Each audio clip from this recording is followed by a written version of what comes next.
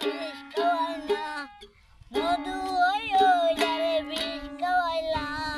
কোন কারণে ভালোবাসা নাম নিলা আজায় আজি তোমারে লই বান্ধব একা সুখেরি ঘর সুখের বদলারে দুঃখ দিলা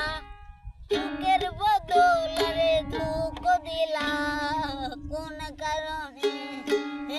ভালোবাসা দিলা আশায় আসি তোমারে লই বান্ধব একা সুখেরি ঘর সুখের বদলারে দুঃখ দিলা